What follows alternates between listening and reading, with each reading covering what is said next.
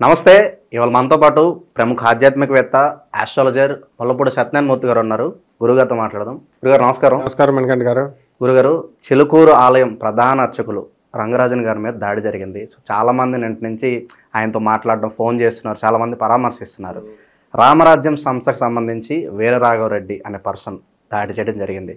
అసలు ఏంటి సంస్థ, వీళ్ళ అజెండా ఏంటి, దాడి చేయడానికి గల కారణాలు ఏంటి, ఏ ఉద్దేశంతో దాడి చేస్తున్నారు, ఏం ఎక్స్పెక్ట్ చేస్తున్నారు అసలు వాళ్ళు? రామరాజ్యం పేరుతో ఒక 20 మంది దాకా మొత్తం ఒక లైన్లో డిసిప్లిన్డ్గా వెళ్తున్నట్టుగా రంగరాజన్ గారిని నిర్బంధించి వాళ్ళ ఇంట్లోకి ట్రేస్ పాసింగ్ చేసి ఆయన కూర్చోపెట్టి వీళ్ళు బలవంతంగా మాట్లాడుతున్న వీడియోలు వినండి అని ఆల్రెడీ సర్క్యులేట్ అవుతున్నాయి. వాళ్ళే చేసినట్టున్నారు, అసలు ఆ రామరాజ్యం వాళ్ళే రిలీజ్ చేసినట్టున్నారు వీడియోలు. తర్వాత మళ్ళీ ఈ రంగరాజన్ గారు పాపం ఆయన కూర్చొని ఒంటరివాడే పాపం ఆయన అసలు గట్టి ఫైట్ ఇస్తున్నాడు. ఆయన చెప్తున్నాడు పాపం, ఇది అధర్మం, ఇలా చేయకూడదు, రామరాజ్యం అంటే మంచిగా చేసుకోవాలా అని. మరి వాళ్ళదంతా కూడా సైకో సామ్రాజ్యంలాగా ఉంది. ఎలాగంటే వాళ్ళ గోల్స్ ఏమున్నాయో ఎక్కడ క్లారిటీ లేదు. రామరాజ్యం అన్న ఆయనలో ఒక వీడియో మనం చూసాము. ఏదో ఒక డిస్ట్రిక్ట్ కలెక్టర్ని మేము ప్రైవేట్ కంప్లైంట్ కింద, ప్రైవేట్ అరెస్ట్ కాకుండా ప్రైవేట్ అరెస్ట్, ఈ ఫలానా సెక్షన్స్లో మేము కస్టడీలోకి తీసుకున్నాం, మీరు వచ్చి మేము ఇచ్చే కంప్లైంట్ తీసుకుని వాళ్ళని రిలీజ్ చేసి వెళ్ళండి అని తణుకు సిఐ గారికే ఫోన్ చేశాడు అతను. పాప ఆయన తణుకు సిఐ గారు చాలా మంచి ఆయన ఉన్నట్టున్నారు, చాలాసేపు మాట్లాడి సెక్షన్స్ గురించి అంటుంటే వీడు కూడా బాగా, వీరభద్రారెడ్డి కూడా బాగా చదువుకున్నట్టున్నాడు. మరి అనపర్తి అంటున్నారు, గట్టిగానే ఇస్తున్నాడు సమాధానాలు, ఏదో 41 సెక్షన్లో మాట్లాడుతున్నాడు. మరి లాయరా మరి ఏంటో మరి. అయితే 2015లో ఇతను అరెస్ట్ అయ్యాడని విన్నాం. లాయర్ల చుట్టూ తిరుగుతూ ఇటువంటి నేరస్తులంతా కూడా వీళ్ళే లాయర్కు ఉన్నంత నాలెడ్జ్ వచ్చేస్తుంది, లాయర్ల కంటే ఎక్కువ వచ్చేస్తుంది. లూప్ హోల్స్ తెలుసుకుంటారు, ఎలా తప్పించుకోవాలో తెలియాలి కాబట్టి అన్ని స్టడీ చేస్తారు. ఒకసారి జైలుకి వెళ్ళినటువంటి వాళ్ళు అయితే బాగుపడతారు, లేకపోతే చెడిపోతారు పూర్తిగా. ప్లేటర్ గుమస్తా కింద చేసినా బాగుంటుంది లైఫ్. ఇతనికి ఎలా కాకుండా అంటే లాలో నాలెడ్జ్ గ్రిప్ ప్లేటర్ గుమస్తాకు కూడా ఈక్వల్గా లాయర్ గారితో సమానమైనంత గ్రిప్ ఉంటుందన్నమాట. అలాగా పాత నేరస్తుడికి కూడా ఇలాగే ఉంటుంది. సో జైలు చూశాడు, లాయర్లతో తిరిగాడు, ట్రయల్స్ వరకు కేసులన్నీ ఇవన్నీ చూశాడు కాబట్టి కొంచెం లీగల్ నాలెడ్జ్ ఉంది. అలా కాకుండా చక్కగా అప్పటి నుంచే 2015 నుంచి ఇప్పుడు లా చదువుకుని ఉంటే లా అయిపోను. అయితే మరి అతను ఏమంటున్నాడు సిఐ గారితో, నేను సుప్రీంకోర్టులో కూడా నేను ఆర్గ్యుమెంట్స్ ఇచ్చాను అంటున్నాడు. 2 రకాలు ఉంటాయి ఇవన్నీ కూడా. ఏంటంటే ఒకటి పిచ్చెక్కి ఇంటెలిజెంటే కానీ పర్వర్టెడ్ జీనియస్ అయి ఉండొచ్చు. వీళ్ళ డిమాండ్స్ ఏంటి, ఏం కోరుకుంటున్నాడు అతను? రామరాజ్యంకి జనాలు కావాలా, 5,000 మంది జనాలు కావాలంట, 20,000 రూపాయలు చొప్పున శాలరీ ఇస్తాడని ఎవరో యూట్యూబ్లో ఒక వీడియో చెప్తున్నారు. ఆయన అరసవల్లి, కొటపకొండ, బెజవాడ కనకదుర్గమ్మ దేవస్థానాలు కూడా తిరిగి అక్కడ పూజారులను కలిసి మా వాళ్ళని పనిలో పెట్టుకోండి, శాలరీ ఇవ్వండి అని చెప్పి వాళ్ళని బెదిరిస్తున్నారు. అండ్ అలాగే వీళ్ళ సంస్థకి ఏదో ఫైనాన్షియల్గా సపోర్ట్ కావాలని చెప్పి అదే ఇక్కడ కూడా రంగరాజన్ గారిని కూడా అడగడానికి వెళ్ళారు. అయితే అలా కాదు నాయన, రామరాజ్యం అంటే ఏంటి, అసలు రాముడు పేరు పెట్టుతున్నాం అంటేనే ఎంతో ధర్మంగా ఉండాలి. రామో విగ్రహవాన్ ధర్మ అన్నారు. ఇతను వేసిందేమో నల్ల డ్రెస్, సాఫ్రాన్ డ్రెస్ వేయాలి రాముల వారు. నల్ల డ్రెస్ అంటే మన బౌన్సర్లు, ఏదైనా నిరసన చేసే వాళ్ళు మనం సాధారణంగా చూస్తుంటాం గురుగారు, ఇవన్నీ ఈ డ్రెస్లు వేసుకునే వాళ్ళు. నిరసన అంటే అతను ఇంకా నల్ల బట్టలు వేసుకుని ఒక మిలిటెంట్ గ్యాంగ్ లాగా, ఒక నక్సలైట్ గ్యాంగ్ టైప్లో చిలుకూరు బాలాజీ టెంపుల్కి వచ్చేటటువంటి క్షత్రియ గోత్రికులు ఎవరైతే ఉన్నారో వాళ్ళని ఐడెంటిఫై చేసి వీళ్ళకి ఇమ్మంటున్నాడు. వీళ్ళ సైన్యంలో మరి జనాలను చేర్చుకోవడానికా లేకపోతే డబ్బులు తర్వాత మానిటరీ ఫండ్స్ తీసుకోవడానికా అన్నది తెలియదు. ఇంకా ఇక్కడ కమ్యూనిటీ పిచ్చి, మన వాళ్ళు ఉంటే మనకైనా హెల్ప్ చేస్తారు ఏంటి, ఇంక ఇక్కడే స్టక్ అయిపోయారు. పేరుకి రామరాజ్యం, అందరూ ఈక్వల్గా చూడాలి కానీ మా వాళ్ళు ఉంటే ఏదో హెల్ప్ చేస్తారనే బుద్ధి ఏదైతే ఉందో మరి ఎంతవరకు ఇది. ఆ భ్రమలోనే దేశం, ఇండియా, భారతదేశం సర్వనాశనం అయిపోతుంది. కులం, మతం, ఈ వివక్షలతో మనకి మొదటి నుంచి వస్తుంది. అందరూ కూడా అన్ని కబుర్లు చెప్తారు కానీ పెళ్ళిళ్ళ దగ్గరికి వచ్చేసరికి మేము కులాలు ఉండవండి, మతాలు ఉండవండి అని అంటారు, అంతా ఒకటండి అంటారు. వాళ్ళ పిల్లలకి పెళ్ళిళ్ళు వచ్చేసరికి మరి తీసుకొచ్చి వేరే కులం వాడికి చేయొచ్చుగా, చేయరు. వేరే మతం వాడికి చేయొచ్చుగా, చేయరు. అసలే ఇప్పుడు బ్రాడ్గా భారతదేశం ఎదుగుతున్న సమయంలో కుల వివక్షతలు మత వివక్షతలు పోయి ఒక సెక్యులర్ స్టేట్ లాగా ఒక సెక్యులర్ కంట్రీ లాగా మంచిగా మారుతున్న సమయంలో వీడొచ్చి వీరభద్రారెడ్డి వల్ల ఇది హిందూ సమస్య, ఇది హిందూ సంఘాల రిప్రజెంటేషన్ చేస్తున్నాడు రంగరాజన్ గారు, కాబట్టి మరి ఈ ఇతర మతస్థులకి ఛాన్స్ దొరికినట్టు ఉంటుంది పేరు పెట్టడానికి అన్నట్టు అంటున్నారు. చాలా సహజమే కదా, ఇప్పుడు మీలో మీరే కొట్టుకు చేస్తున్నారని చెప్పి వేరే వాళ్ళు విమర్శించడానికి చాలా ఎక్కువ అవకాశాలు ఉన్నాయి ఇక్కడ.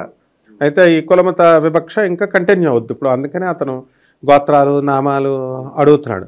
గురుగారు, అలాగే ఈ ఫైనాన్షియల్ సపోర్ట్తో పాటు చిలుకూరు బాలాజీ టెంపుల్కి సంబంధించి అక్కడ చాలా భూములు ఉన్నాయి. ఆ భూముల మీద కూడా ఏమన్నా కన్నేసారో వీళ్ళు, అంటే భూములు మాకు కావాలి మాకు ఇచ్చేయండి అని చెప్పి ఏమైనా డిమాండ్స్ ఉన్నాయా? అదంతా కూడా యాదగిరిగుట్ట దేవస్థానం అడ్మినిస్ట్రేషన్లో ఉన్న భూములు వందల వేల ఎకరాలు ఉన్నాయి. దాన్ని రంగరాజన్ గారు వాళ్ళ ఫాదర్ సిఎస్ సౌందరరాజన్ గారు చాలా కష్టపడి అవన్నీ కూడా ఎండోమెంట్స్ డిపార్ట్మెంట్ పైన కేసులు వేస్తూ ఆయన ఎండోమెంట్స్ డిపార్ట్మెంట్కే ఛాన్స్ ఇవ్వలేదు. ఇవన్నీ రావాలని చెప్పి సుప్రీంకోర్టులో హైకోర్ట్స్లో ఎన్నో కష్టాలు పడి వాళ్ళు సక్సెసర్స్గా వాళ్ళు తెచ్చుకున్నారు. ఈ మధ్యనే మళ్ళీ 2 రోజుల క్రితం ఒక వీడియో కూడా వచ్చింది.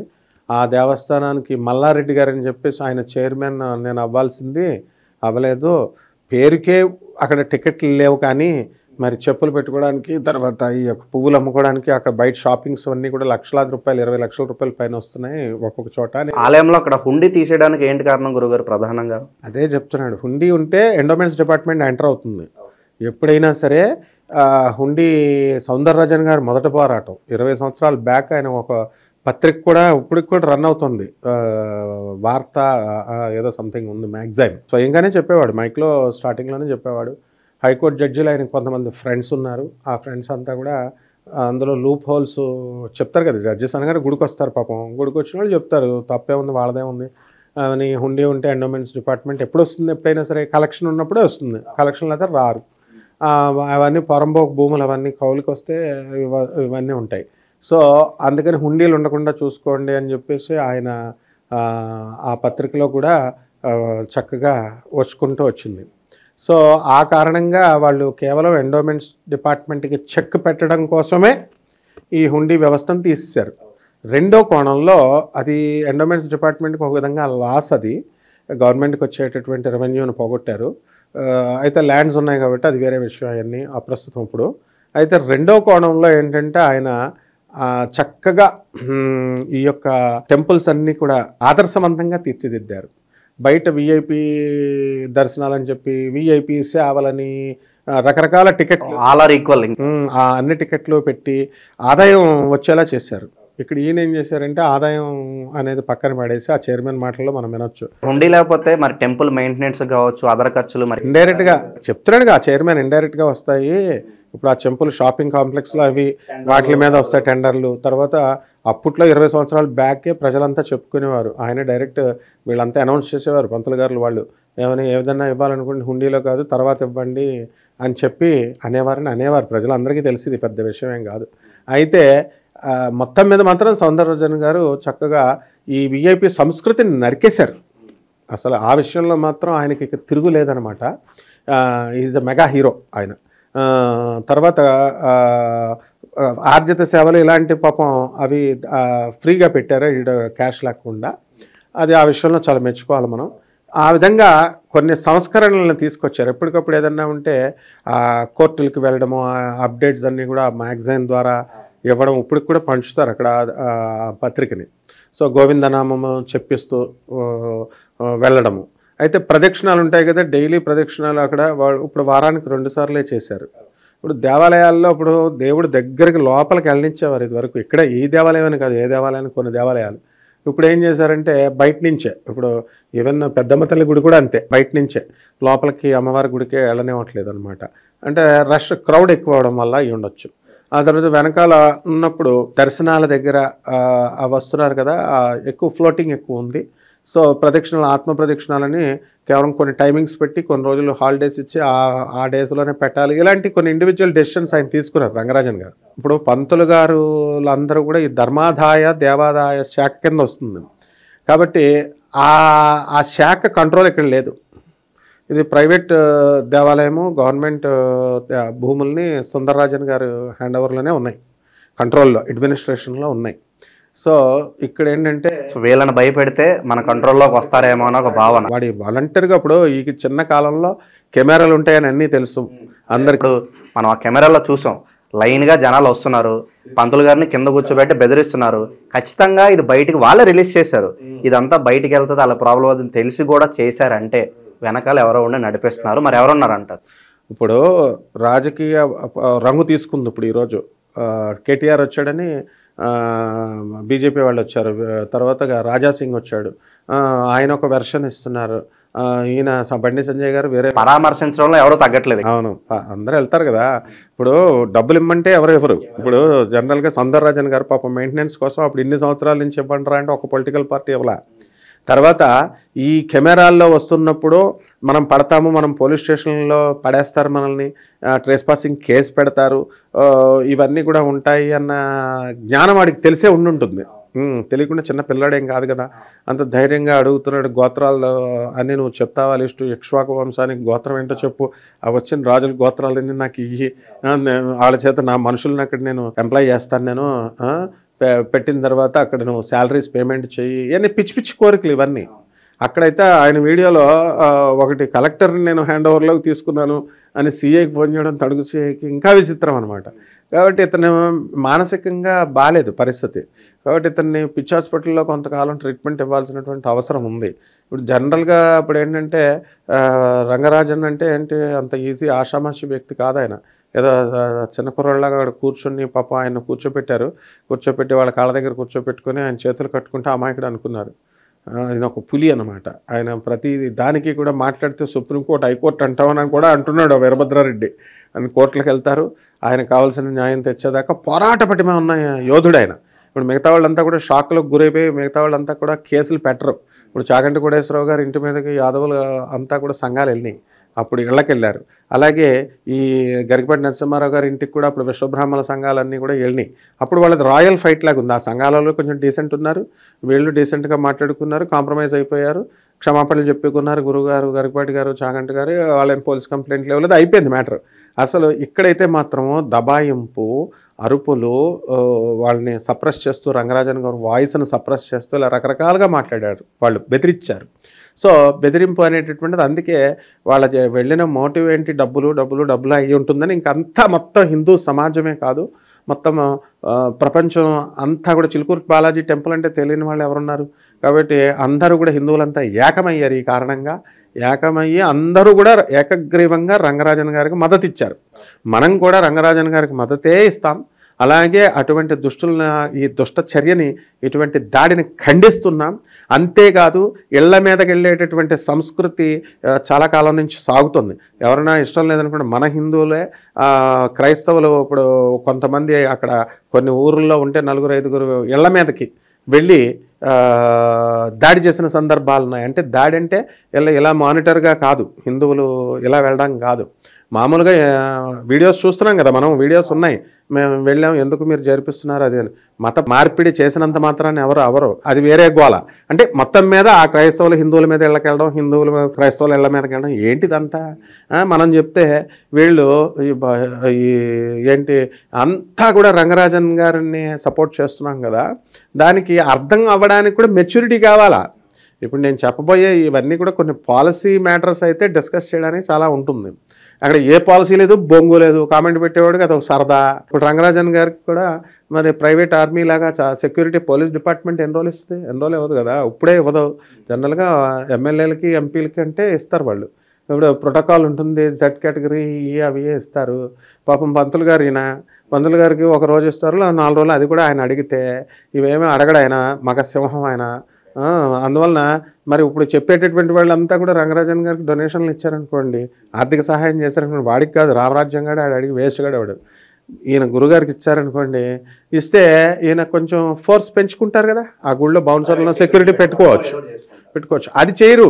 ఇప్పుడు వచ్చిన రాజకీయ నాయకులు కానీ, లేకపోతే వచ్చిన భక్తులు, సానుభూతి చూపించే భక్తులు కానీ, యూట్యూబ్లో చెప్పేవాళ్ళంతా కదా, ఒక్కళ్ళు ₹1 ఇవ్వమంటే ఎవరు మళ్ళీ.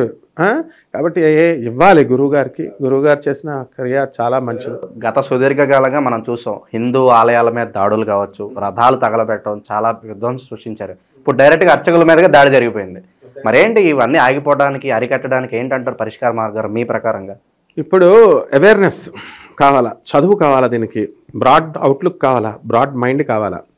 హిందూ వేరు, క్రిస్టియన్ వేరు, లేకపోతే ముస్లిం వేరు అని అనుకోవడము, తర్వాత కులాలు, ఆ కులం వాడు ఈ కులం వాడు అని ఇలా వివక్షతలు. రాజకీయ నాయకులకి ఓట్లు కావాలంటే ఇలాగే చేస్తారు, డివైడ్ అండ్ రూల్ పాలసీ. మరి ఆ వ్యవస్థ పోవాలి, ఇలాగా ఈ వివక్షత అనేటటువంటి వ్యవస్థ పోవాలి. అంతా ఏకత్రాటి మీద ఒకటే కులం, ఒకటే మతం, వసుదైక కుటుంబం అని చెప్పేసి రంగరాజన్ గారు పాపం ఆయన మొన్న పరాశ్రీ స్వామి అని ఒక అతను ఎస్సీ క్యాండిడేట్ని, ఆయన మాదిగా క్యాండిడేట్, ఎస్సీ మాదిగా, ఆయన్ని భుజం మీద ఎక్కించుకొని ఆ దేవాలయంలో చక్కగా చూపించారు. నాకు ఆ తేడా లేదు అని అంత చెప్పారు. అలా బ్రాడౌట్లుక్ రావాలి. ఆయనకి చదువు ఉంది కాబట్టే కదా, పోరాట పటిమ ఉంది కాబట్టే కేసులు పెట్టారు. కాబట్టి ప్రతి మనిషికి కూడా ఏం చేయాలంటే ఫస్ట్ రంగరాజన్ గారి దగ్గరికి వెళ్ళి ట్రైనింగ్ పొందాలి వీళ్ళంతా కూడా. ఎందుకంటే పోరాట పటిమను ఒక మంచి ప్రణాళికలో చక్కగా లాక్కెళ్ళి, ఇప్పుడు నేను 2.5 దశాబ్దాలుగా ఆయన చూస్తున్నాను. సో ఆ టీచర్ కాబట్టి ఆయన ఏంటంటే ఉస్మానియా యూనివర్సిటీలో ప్రొఫెసర్గా, మరి అలాగే తర్వాత లా చదివిన వ్యక్తిగా, ఇలా రకరకాల ఇదిలో ఒక గురువు ఉన్నాడు ఆయనలో. ఆ గురువులో అతను ఏం చేస్తాడంటే ఒక కఠినంగా ఉన్న బలము, దర్పము అన్నట్టు అనిపిస్తుంది. ఆ వీడియోలో అతను అంటున్నాడు, నీకు మదం ఎక్కువ ఉంది, దర్పం ఎక్కువ ఉంది అంటున్నాడు, మదమే ఉందని. సో టీచర్ అనేవాడికి ఉంటుంది అది. కాబట్టి ఇవన్నీ కూడా మనం ఇవన్నీ తీసి పడేసి ప్రజలకు ఏది కావాలో ట్రైనింగ్ ఇవ్వడంలో అతన్ని మించినటువంటి సమర్థవంతుడు లేడు.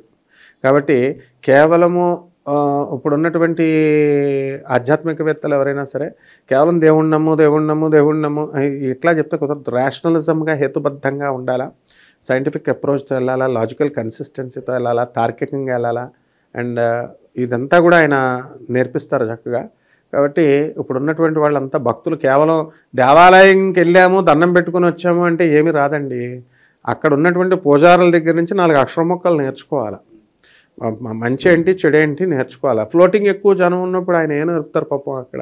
సో ఎక్కడైనా అంతే. అందుకనే గురువు యొక్క అవసరం చాలా మంచిది. వాడు ఇలా వేగబాండ్గా అయ్యాడంటే ఏంటి, జనం అంతా కూడా ఈ వివక్షతలతో కొట్టుకొని పోరం భోగుల్లాగా అయిపోయారంటే దీనికి కారణం చక్కటి జగద్గురువుల మాటలు వినాలి. ఇప్పుడు అతని లక్ష్యాలు నెరవేరాలి. రామరాజ్యం అంటున్నాడు. రామరాజ్యం అంటే ఏంటో వాడికే తెలియదు. రామరాజ్యం అని జనాలు అంటున్నారు, వీళ్ళకే తెలియదు. రామరాజ్యం అంటే ఏంటి, రాముడు అంటే ఏంటి, అసలు రాముడు అంటే ఒక మనిషి అనుకుంటున్నాడు. చాలా పెద్ద టాపిక్ అది, మనం చెప్పడానికి కూడా మనకు సరిపోదు రాముడి గురించి వర్ణించి. ధర్మం, ప్రతి మాటలో ధర్మం ఉంటుంది. తన భార్యను ఎత్తుకెళ్ళిపోయినటువంటి రావణాసురుణ్ణి మీకు వాడొచ్చి మళ్ళీ క్షమాపణ అడిగితే క్షమించే గొప్ప ఔదార్యం ఉంది రాముడికి. ఇప్పుడు ద్రవిడ సంస్కృతిలో రావణాసురుణ్ణి దేవుడిగా చూస్తారు. మనకి అతను కూడా సీతాదేవిని అక్కడ కూడా చూడండి, వాళ్ళ ద్రవిడ సంప్రదాయం ప్రకారం కూడా, వాళ్ళు రాసిన దాని ప్రకారం కూడా రావణాసురుడు ఏమి ఆడదాన్ని చెరచలేదు, అక్కడ సీతాదేవిని చెరచలేదు, ఊరికనే అలా పట్టుకెళ్ళి అక్కడ పెట్టాడు.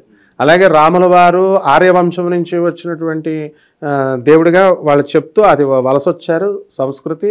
అందుకని వీళ్ళేమో రాముడిని హీరోయిజం అక్కడి నుంచి తీసుకొచ్చారు కదా, రాముడిని హీరోయిజం చేశారు. వీళ్ళేమో ద్రవిళ్ళు అంటే మనం అంతా ఉన్నవాళ్ళం ఇక్కడంతా, మనం అసలు యాక్చువల్గా రావణ సంస్కృతి అని బోల్డ్ మంది చదువుకున్న వాళ్ళు చెప్తున్నారు. అవన్నీ చెప్తే ప్రజలకు అర్థం కాక ఏంట్రా ఇడు రావణాసురుడిని దాని దేవుడు అంటే మనల్ని నిడతారు. కాబట్టి అలాగే ఈ రంగరాజన్ గారి విషయాల్లో కూడా అప్పుడు అవి పాలసీల మ్యాటర్లు వాళ్ళు కొట్టుకుంటారు. ఇప్పుడు దాడి జరిగింది, దాన్ని ఖండించాలి. అక్కడ దెబ్బలు పడ్డాయా లేదా అన్నది సీసీ కెమెరాలు చూపిస్తాయి.